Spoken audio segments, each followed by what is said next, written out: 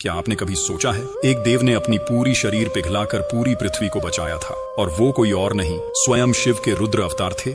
सतयुग के अंतिम चरण में पृथ्वी पर ऐसा विनाशकारी संकट आया कि जल का अस्तित्व ही मिट गया। घबराए हुए देवता ऋषि और लोकपाल कैलाश पहुंचे और शिव जी से सहायता मांगी। प्रभु, जल बिना सृष्टि नहीं बचेगी।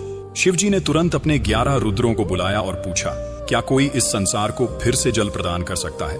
10 रुद्रों ने सिर झुका लिया, क्योंकि यह कार्य असंभव जैसा था। इसके लिए स्वयं को पूर्ण रूप से बलिदान करना पड़ता। तभी 11वें रुद्र, जिन्हें हर कहा जाता था, शांत लेकिन दृढ़ स्वर में बोले, मेरा जल तत्व मेरे करतल में वास करता है। मैं पूरे ब्रह्मांड को पुनः जल दे सकता हूँ, पर इसके लिए मुझे अपना शरीर गलाना होगा।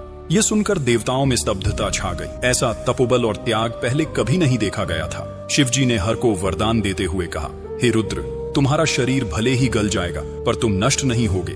तुम्हें नया शरीर, नया रूप और नया नाम मिलेगा। मैं स्वयं तुम्हारे भीतर पूर्ण रूप से निवास करूंगा, ताकि तुम सृष्टि के कल्याण का कारण बनो। फिर हर ने अपना शरीर त्याग दिया, और उसी त्याग से नदियां पुनः बहने लगी, समुद्र भर गए और जीवन फिर से धरती पर लौट आया। और इसी दिव्य जल से जन्म हुआ एक अद्भुत बालक का, तेजस्वी, महाबली, शिवांश, बजरंगबली हनुमान। यह घटना सतयुग के चौथे चरण युग संधि काल में हुई मानी जाती है। जन्म के बाद शिव जी ने ही उन्हें वह मंत्र दिया जो आगे चलकर उनकी शक्ति का मूल बना, राम नाम का जप। आगे चलकर त्रेता युग में पवन पुत्र हनुमान ने केसरी नंदन के रूप में जन्म लिया, और वे राम के भक्त बनकर उनके साथ छाया की तरह रहे। इसीलिए कहा जाता है, हनुमान का जन्म सिर्फ एक चमत्कार नहीं, बल्कि स्वयं सृष्टि को बचाने वाला दिव्य पुनर्जन्म था।